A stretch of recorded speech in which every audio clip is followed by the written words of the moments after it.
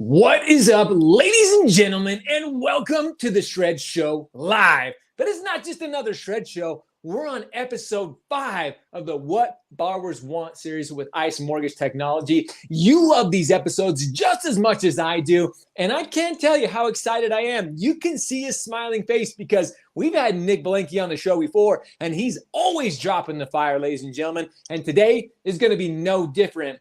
Today on the What Borrowers Want series, we're talking about how to craft a powerful borrower loyalty formula. Yeah, that sounds like a mouthful because it is. And there's so much we're going to be getting into and talking to. So, ladies and gentlemen, as we continue, as the industry continues to evolve, maintaining and deepening your borrower connections doesn't have to be complicated. Sometimes we overcomplicate it with recent data showing that every generation, not just millennials, not just Gen Z, all generation of borrowers, they prefer a high-tech and high-touch mortgage experience. So it's imperative that all of you and today's lenders try to use technology in the right way to master the art of attracting borrowers and keeping them too. Not just attracting them, but you got to know how to keep them. So today, in part 5 of the What Borrowers Want series with Nick, the managing director of sales solutions at ICE Mortgage Technology, we're going to be sharing some expert insights on how lenders can set themselves apart for future success by leveraging technology to engage new borrowers, win loyalty, and strengthen referrals. Ladies and gentlemen, there's so much to talk about. Sit down, grab your cup of coffee, and come hang out with Nick and I. Ladies and gentlemen, are you ready? Are you ready? It is time to shred.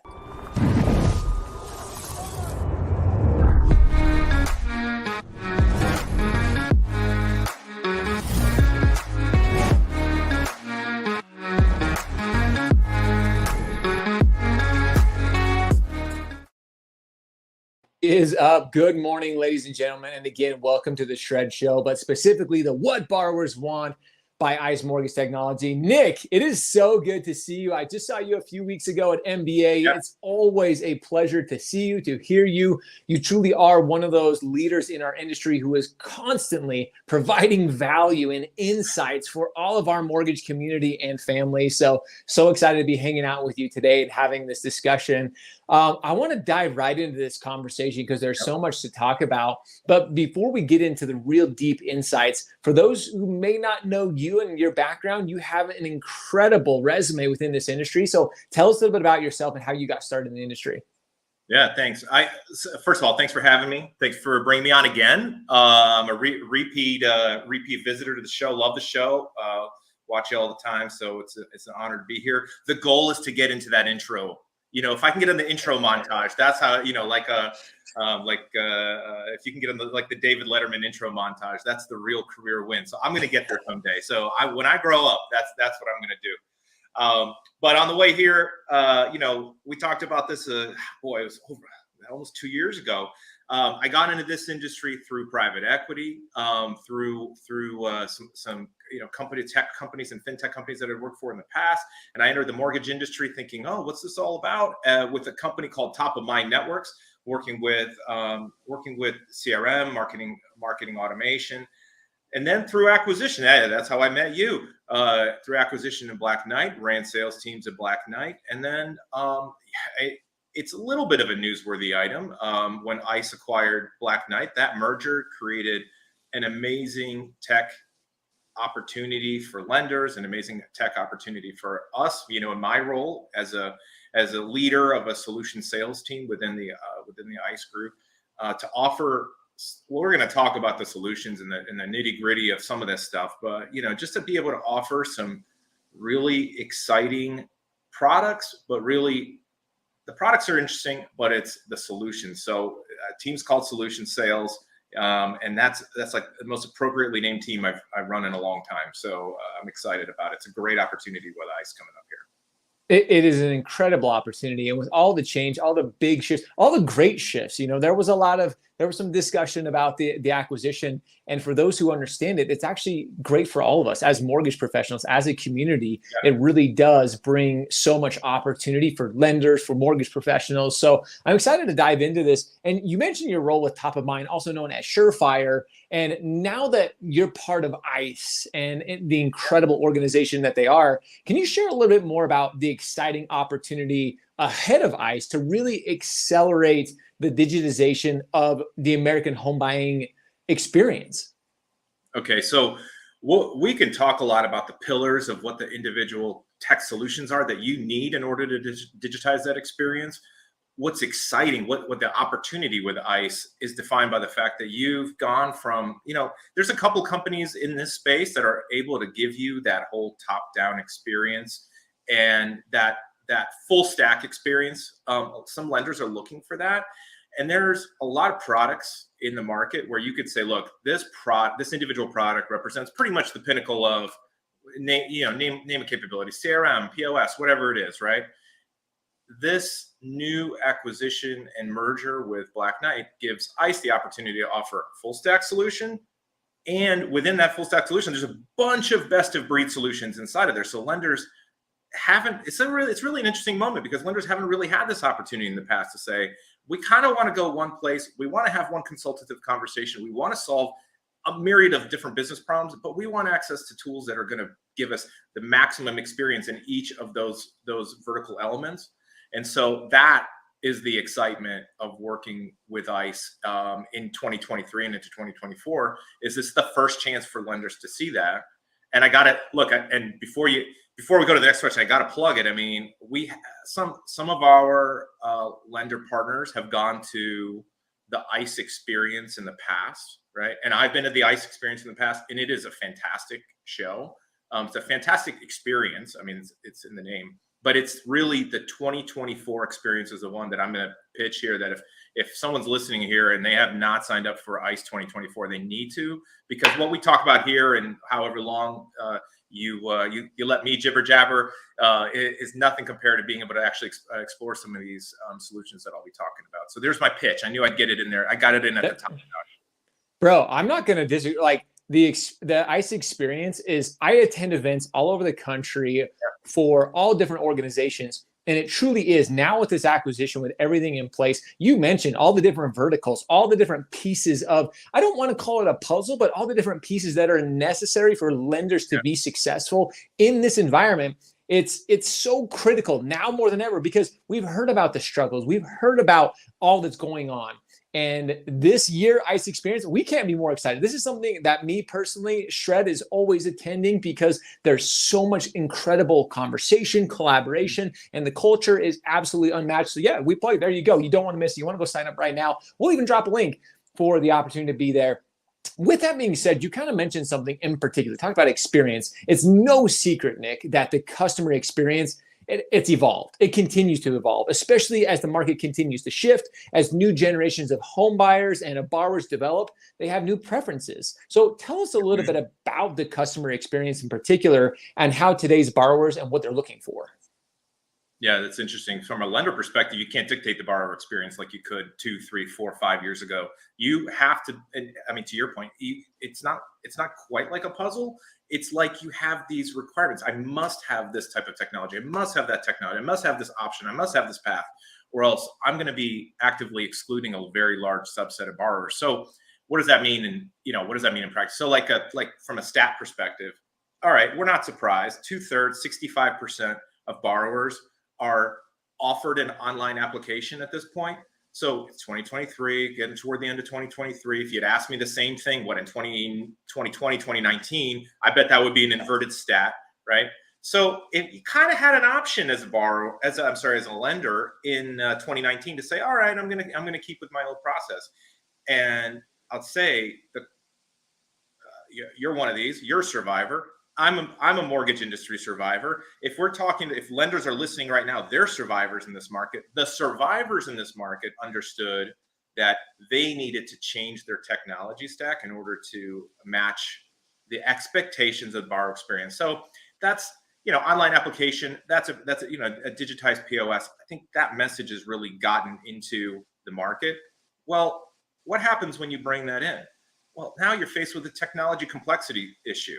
Now you have to get the data from that POS to a central location so that you can action against it. And I think the first adopters of POS technology easily integrated it with their LOS. That's great. But then we're talking about borrower experience. So it doesn't end in your, it doesn't end in your origination system. You've got to have ways to connect with that borrower across the entire journey, across their whole life cycle, especially if you want to retain them long term. So what's that mean? The data that you picked up in the application process has to fuel your response to borrowers. It has to change the path that your LOs are going to take, or your marketing team is going to take in order to stay connected to the borrower. You got to use that data. You can't just let it languish inside of an LOS. You're going to have to be reactive.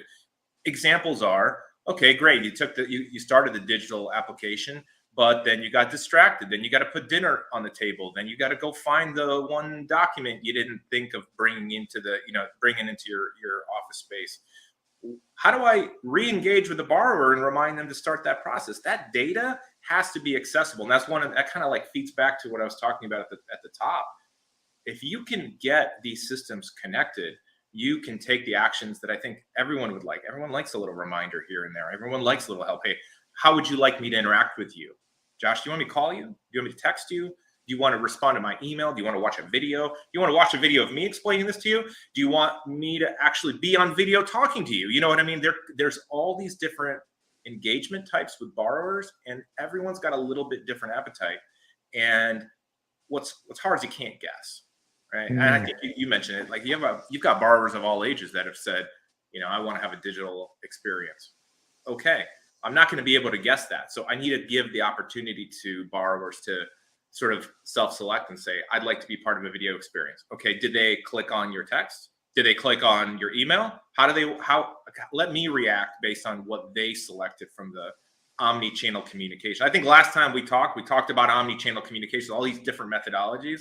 I think the theme that we're really getting into here is about using data to identify what those borrower experiences are that are selected, and then execute on those. So thematically, that's really what has changed from a tech perspective, is getting all these systems together, getting access to where your CRM, your marketing automation, your LOs are decisioning on the data, and making it accessible and using it as part of your automation. Okay, Nick, I know sometimes when people talk about technology in particular, people are like, oh, it's almost an overwhelming experience because there's so much when it comes to data, when it comes to analytics, when it comes to so much of this. People really do. They're like, wow, there's just so much. And even what you talked about here. But how you just broke it down was in such a simple way. And if you think about it, everybody here in the mortgage space in particular, mortgage, real estate, technology is one of the greatest resources, one of the greatest tools. And ICE Mortgage Technology in particular, how they have put together the stack, and that's kind of how it's referred. It's not a puzzle, it's more of a stack. Yeah. It really is so critical to the future success. Again, right now, there's a lot of chaos going on, but if you look long-term, anybody who has succeeded, you mentioned you and I in particular, anybody who has ever had success in this industry, know that it's cyclical, know that we go through these ups and downs, and you have to focus on the long-term. The short-term, sure, we still got to be in the moment, we got to focus, but technology in particular, that it plays a huge role. And if we're utilizing it, if we have it, because things are changing and evolving so quickly, Nick, sometimes as a lender, sometimes as a mortgage professional, it's hard to keep up on everything. But that's why a partnership with ICE is so critical, because they're keeping up on it. They're telling us, say, hey, this is what you need to know. This is what's really going to move the needle for you right now. You don't need to go research the world. You don't need to go find the next shiny object. We're here for you. We got the solution for you. And that's what a partnership really looks like. So kind of with that, what role does technology actually play in helping lenders deliver on borrower demand? Because that's ultimately what it is, while also supporting their current priorities, whether it's purchasing a home, whether it's exploring different loan options, expecting digital experience. What role does tech actually play in this? Yeah, there's a lot of great examples. There's a lot of roles. Some great recent examples are around this idea that, I just said, people are presented with online applications that are high. 2/3 of borrowers get these applications, but how often do they complete the application and then the entire process end to end is completely digital. It's not common. I mean, most borrowers want some interaction. We're still talking about a house, right? We're still talking about a tremendous amount of money. They're going to want to have a phone call. They're going to want to have an in-person meeting. They're going to want to have any variety of these types of human interactions. They want to have a consultative interaction. Which products are the right products for me? You know, a lot of what we offer is the ability for lenders to provide these types of communication methods, right? But what 2022, 2023 have taught us, or have taught the lenders that have really thrived in this market, is that we need to come up with a way that technology can support these human and digital interactions in a way that's scalable. So an example, like I sat down with a lender, nationwide lender.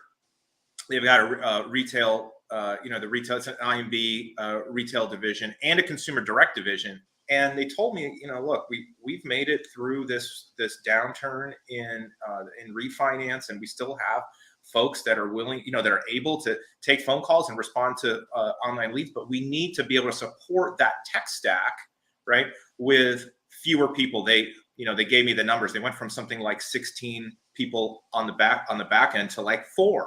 So how do we support this, what is often a complex to deliver technology, I think call center, with just a fourth of the staff that we had before? So technology is helping lenders like that be more efficient and still offer these different options for borrowers.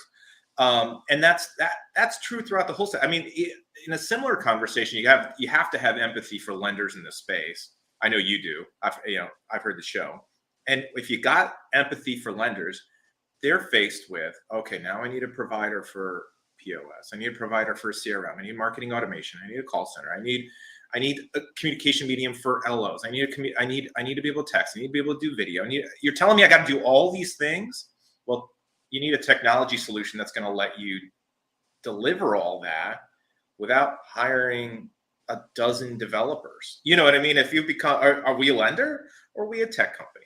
Because a lot of the lenders in the space, in times when it's a little bit of an easier market, or budgets are a little fatter, will bring in a lot of technology to say, look, I'm going to compete from a technology standpoint. As budgets get a little bit tighter, companies like ICE have the responsibility and the opportunity to provide those same types of that same quality that a custom software solution would do, with a perfect combination, a perfect prescription of off-the-shelf software too. So yes, the experiences were available from a technology perspective 4 or 5 years ago. But what's the evolution right now? The evolution is working with companies that are able, with tech companies that are able to provide lenders these solutions in a way that's more efficient, easier to execute, cost them less to operate, not just the licensing, but also from a staffing perspective behind the scenes. And at the same time, keeping the loan officer there, especially in a retail model, to continue that consultative approach, and don't skimp on the loan officer experience. So ooh, that's a lot, man. That's a lot to expect from a lender. I mean, that's a tough bar to get over. So we're excited to consult with them to show them how it can be done.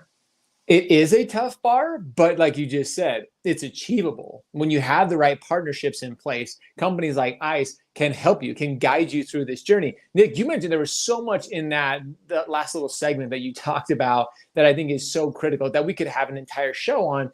Lenders trying to be tech companies. That is something we have seen slow them down. And this is a time to where you focus on the relationships with a company like ICE that just helps you put your foot on the gas. Focus on what's important to you. Stop trying to be a tech company. Let the tech company, like that they're providing the solutions. They're providing the entire stack for you to go and focus on what you're good at and providing that experience to the borrower to achieve the dream of homeownership.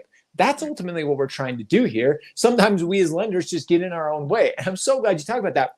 Plus, you mentioned something big in tech right now with the world of AI evolving and the world of communication continuing to evolve. Borrowers want a different experience, and technology can provide that from them. Whether you said from video to audio to email to this and that, all of them expect something a little bit different. Not every single one borrower is completely the same. So being able to evolve and see the evolution of borrowers as well as mortgage professionals, the loan officers in the trenches, creating an experience for both of them is a critical part of the experience, is critical to the success of lenders and ultimately to the mortgage professionals within them. So kind of with that, I want to continue on this with the customer experience in particular. As the customer experience continues to evolve, what advice do you have that can really help lenders generate more opportunities, generate more prospects, generate more borrowers in today's tight market? Well, first, I think let's talk about chopping up the. So that's a big question. If I can chop it up for you, yeah. And I think if lenders really think about the sort of three phases, I don't know, you can use like a football analogy. You know, the three phases of football. You got three phases of the interface between a lender and their borrowers.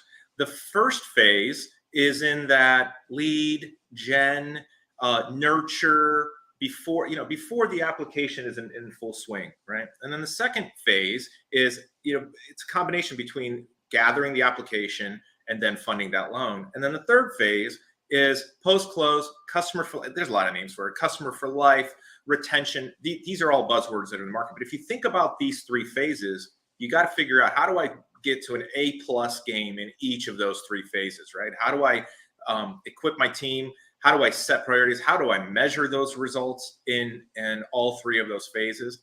In the lead generation side, look, it won't be shocking anybody to find out you need to have some agent partners in place, because if we're looking at 2023 right now, here's a great example. Personal example. My mother-in-law sold her house. This was 2 weeks ago. No, 3 weeks ago. It took 36 hours from the moment of listing to the moment of the acceptance of the offer. 36 hours. I mean, it's not a fancy house. It's not like it's got, a helipad and a pool. There wasn't a line of people. The point is that the market has gotten to the point where you have to make sure that your contingent of borrowers that you want to work with as a lender are pre-qualified. They've got the ability to make the offer on the home that they're looking for very, very quickly. So how do you do that without having those relationships with the agents that are listing the homes? You need a heads up that this borrower needs help. So there's technological solutions like that will help you with your agent partners.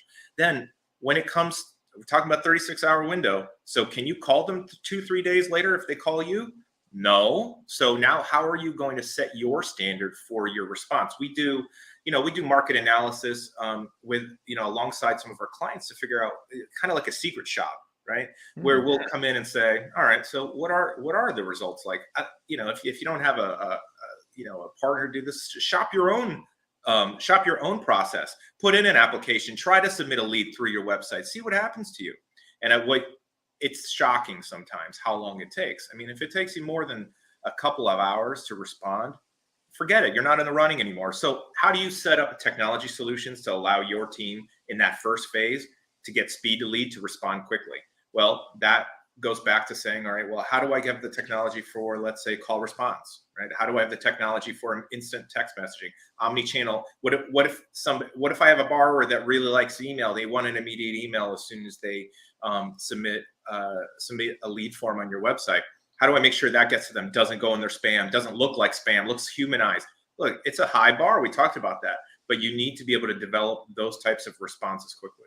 And that's the first phase. I don't know. I mean, like, you got second phase, you got third phase with similar tech solutions that help educate and engage borrowers throughout the process. And then post-close, make sure you continue to consult with them, understand what kind of experience you're going through, differentiate between the first-time home buyer and the person that's got 2 or 3 homes under their belt, right? If you want that lifetime experience, why don't you treat it like a lifetime experience? Don't push the reset button. Give them something that respects the fact that they've been with you through multiple purchases, and you'll keep them through 3, 4, 5, 6 different events throughout their life as a result of that. Well, Nick, and this is why having an expert like yourself, an experienced expert, somebody who's been doing this for so long and working with a company like ICE can be so critically important, especially right now, because a lot of the details that you just shared, the 3 phases, they may seem overwhelming to you right now in particular. Now that you're just doing your best to find the opportunities to get new borrowers in the door. Sometimes as lenders, as mortgage professionals, we can see these as overwhelming. It's like, wow, there's so much I need to know. There's so much I need to understand. But you don't. That's why, again, partnerships with companies like ICE in particular can help solve that equation, this formula, as we mentioned in the very, very beginning. It may seem like it's incredibly complex, but if you have the right teacher, if you have the right guide, it makes everything simple. It makes it almost an enjoyable experience to where you as a lender, to where you're helping guide your loan officers, your mortgage pros to go out there and put forth their best efforts and wow the borrowers out there. Like you said, the customer, that's what's exciting to me, Nick, to see how our industry has evolved. And the opportunity right now to wow borrowers, to wow consumers is there. So many people are like, well, interest rates are high, Josh, and the market is shifting. So, it's becoming more difficult. I say it's becoming easier because you just have to be a little bit above your competition. And it's conversations like this that help you put your mind in the right place and focusing on the right data points, on the right conversations, using the right technology that makes that seamless borrower journey and that experience just so much better. So as an experienced expert yourself, when it comes to tailoring and delivering a tailored experience to every borrower, where do you recommend a lender start? Well, and I like when we say a tailored experience to every borrower, the way I like to visualize that idea is, how do I pick 100 people and give them each a 5-star experience? They all have different expectations. So how do you differentiate yourself from the 4.5-star and the 4-star lender, right? How do you do that? And the idea comes from options. I need to go and create paths through engaging with me as a lender, multiple paths, and I can't put them on rails. If I dictate to the borrower what path they have to take, I say, you must follow this particular formula. You must come into my branch. You must fill out my application. Oh, but you'll have a great consultative experience. Not everyone wanted that, right? Not everybody. Some people were going to be really content, maybe multitasking, talking on the phone with somebody, right? Some people were really content sitting down with their paperwork and filling out a digital application. Maybe it's their second or third time. You need to be able to react to all of these different scenarios, not one, not two. If you specialize, what will happen is some of your experiences won't be 5-star experiences. And as new borrowers come out there and they look at, okay, who should I work with today, right? They're going to see that aggregated rating for you as a lender, or they're going to look for people, in their neighborhood or family to make recommendations, and you won't be recommended because you didn't happen to have that experience. You might be fantastic at in-person, but you're going to alienate a significant portion of today's buyers.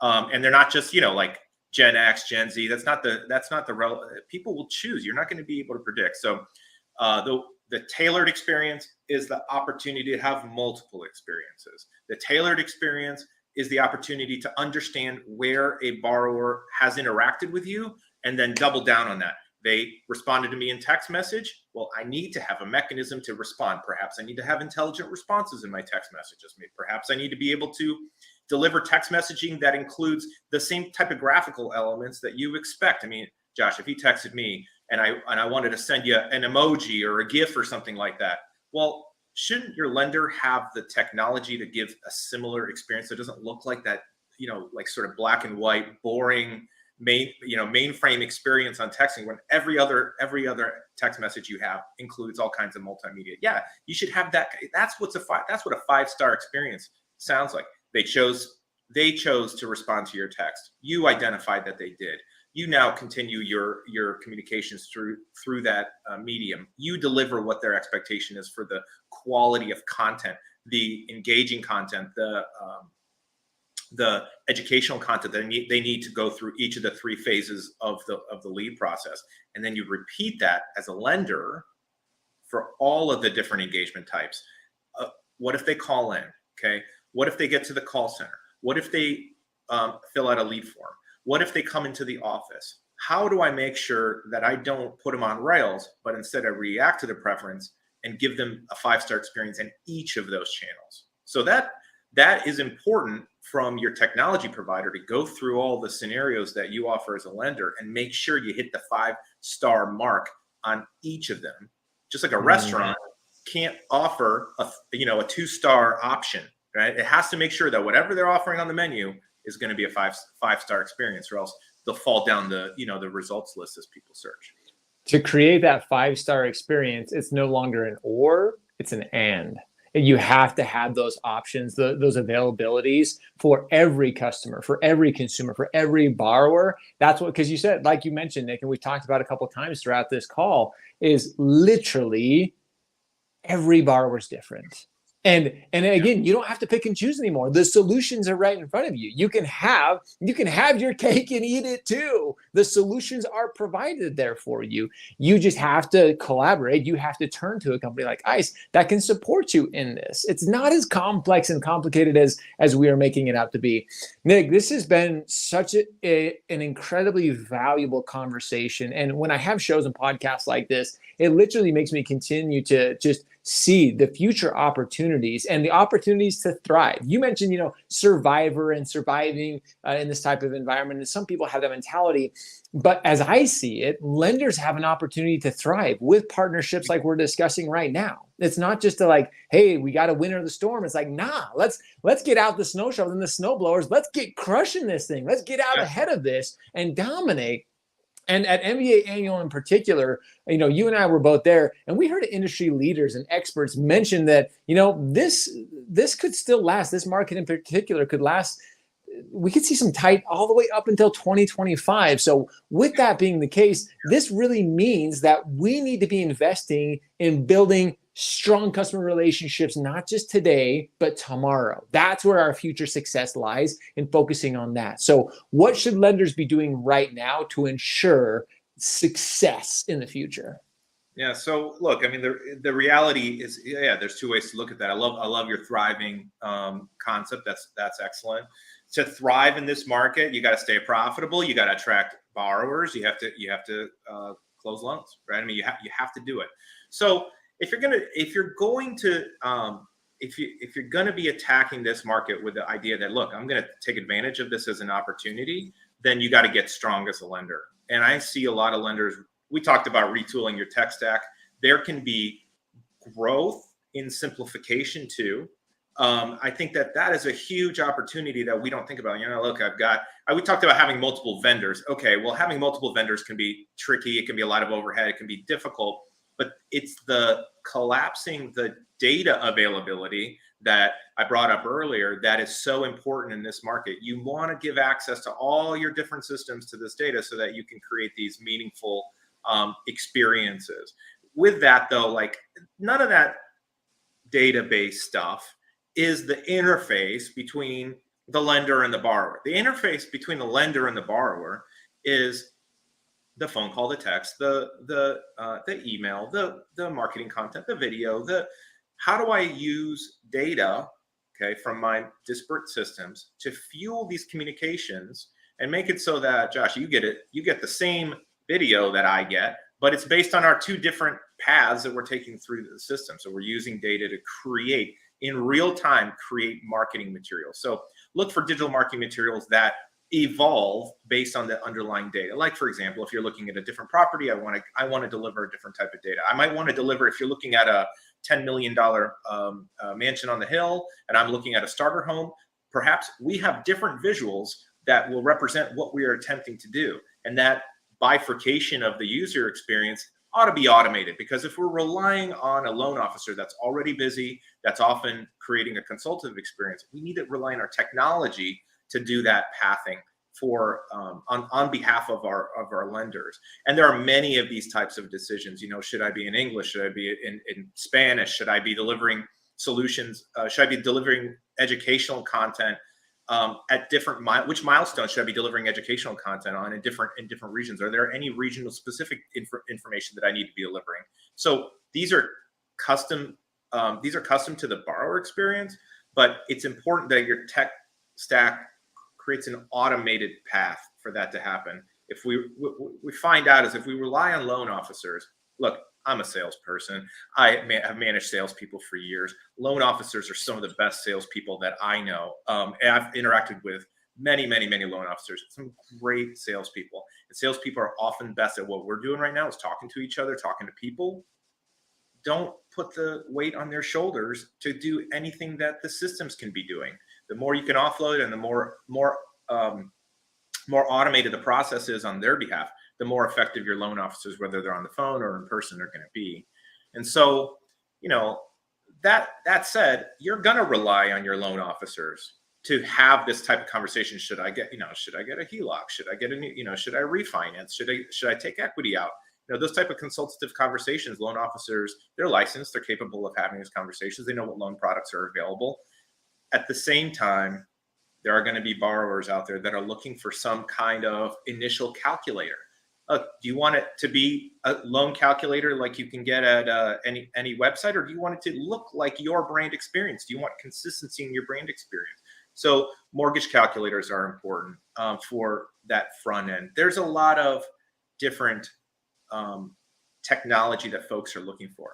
I will tell you this, at MBA Annual specifically, though, which was your question, I think. I got a little off the rails here, but at MBA Annual, when I sat down with lenders, they asked me, Nick, how do we make this easier on our own team, right? How do we make this easier? And like, for example, if my POS has to communicate based on with the borrower based on having certain documents missing from the application. Okay, so if I use the POS as a lender, I use the POS to send that communication. Boy, now I have to manage the POS communication, whatever the methodologies are, and then for compliance reasons, I have to then check to see what's the POS sending out, and is that match my branding? Does it match the rest of my experience, that consistent experience I'm trying to deliver? Or is there a way that I can share that data? Here's that data sharing, and can I share that data with my marketing automation platform? I'd love to talk about Surefire there, but you share the data with your marketing automation platform and let the marketing automation platform deliver that brand experience based on the stages in the POS. Small steps like that, like unifying the data there in order to make the borrower experience better, is what these lenders are looking for. And that sometimes that means reevaluate your stack. So when you were growing fast, when you were reacting to that refi boom, you may have bought a bunch of stuff, right? And now you have to think about, is this still what I need to support my leaner operation as we thrive in the market? No, dude, I love that. And there's so many points that you brought up in there. It's the little steps that we're taking. It's the things that may seem complicated, that may seem unachievable. But if we, again, have the right partnerships in place, if we have the right collaborations with great partners, that is what's going to help us see the next step. It's the little things right now, as you mentioned, Nick, that are making the big differences. That's what's really moving the needle. That's what borrowers are wanting. That's how technology is helping us continue to stay at pace, even with everything that the market is doing. So this has been an absolutely brilliant conversation. Every time I have you on it, now we got to get the three-peat on, Nick. Once you get the three-peat, that's how you get on the banner. That's how you get on the reel, man. That's how you're getting close because you continue to add incredible value like this. So this has been incredibly, like I said, just so profound for myself, for all of our lenders out there, for executives listening. These are the things that you can focus on. And this is what you should expect from your partners like ICE Mortgage Technology. They can help you on this journey. They are there to guide you. They're there to hold your hand if that's what it needs necessary to thrive in this market. It's achievable. You can do it. Focus on the right things and you will have success. You will not just survive in 2024. You're going to thrive and you're going to do amazing things. And you're going to help, as Nick mentioned, your team achieve incredible results as well. This has been such a brilliant episode of What Borrowers Want, episode number 5, really crafting a powerful borrower loyalty formula. And Nick has given you that formula. Ladies and gentlemen, Nick, thank you so much for joining us, my friend. This has been absolutely brilliant. I cannot thank you enough. Thanks, Josh. Thanks for having me. Thank you, my friend. And again, thank you to ICE Mortgage Technology for providing this incredible conversation, and Nick and the entire team for continuing to be there as leaders within our industry to help us thrive in this time. As always, we appreciate you. We love you. Now it's time for all of you to go shred, go show up, hustle, repeat every day. See ya.